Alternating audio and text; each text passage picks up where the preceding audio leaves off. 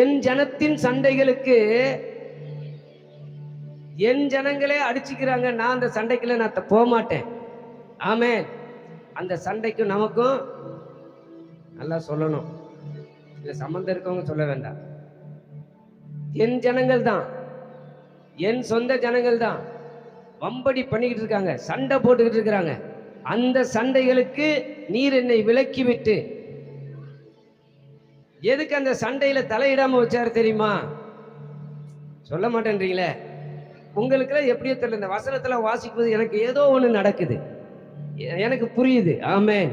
என்னை ஏன் அந்த வம்புக்குள்ள, ஏன் அவங்கள பத்தி பேசும்போது என்னை தலையிடாம வைக்கிறார் அப்படின்னா, என்னை தலைவனாய் மாற்றுவதற்கு. ஆமென் சொல்லுங்க பார்க்கலாம்.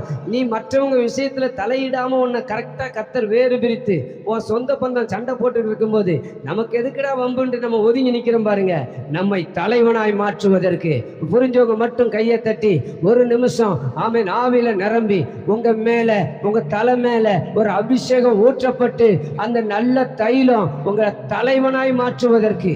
உடபலா ரிபலா ஹன்ம சிகதலரபா, சண்டைகளுக்கு உன்னை விலக்கி தப்புவித்ததுக்கு காரணமே உன்னை தலைவனாய் உன்னை தலைவியாய் மாற்றுவதற்கு.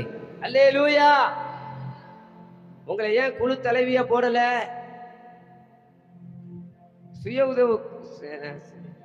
சுய உதவி குழுவுக்கு ஏன் உங்களை தலைவியா போடல? கர்த்தர் உங்களை தலைவியா வேற இடத்துல வைக்க விரும்புறார். ஆமென். அல்லேலூயா. என்னை யாருமே மதிக்கல, கவலையே படாதீங்க, உங்களை மதிக்கிற ஒரு தேவன் இருக்கிறார். என்னை யாருமே கனம் பண்ணல, ஓ நோ ப்ராப்ளம். ஆமென். நீங்க கர்த்தருக்கு ஊழியம் செய்யுங்க, கர்த்தர் உங்களை கனம் பண்ணுவார். இந்த உலகத்துல எவன் கனம் பண்றானோ இல்லையோ, ஒருவன் எனக்கு ஊழியம் செய்தால் பிதாவானவர் அவனை கனம் பண்ணுவார். ஆமென். அல்லேலூயா. ஜாதிகளுக்கு என்னை தலைவனாக வைக்கிறேன், நான் அறியாத ஜனங்கள் என்னை, உன்னை தெரிஞ்ச ஜனம் உங்ககிட்ட சண்டைக்கு வரும், உன்னை தெரியாத ஜனம் உன்னை தலை மேல தூக்கி வைக்கும்.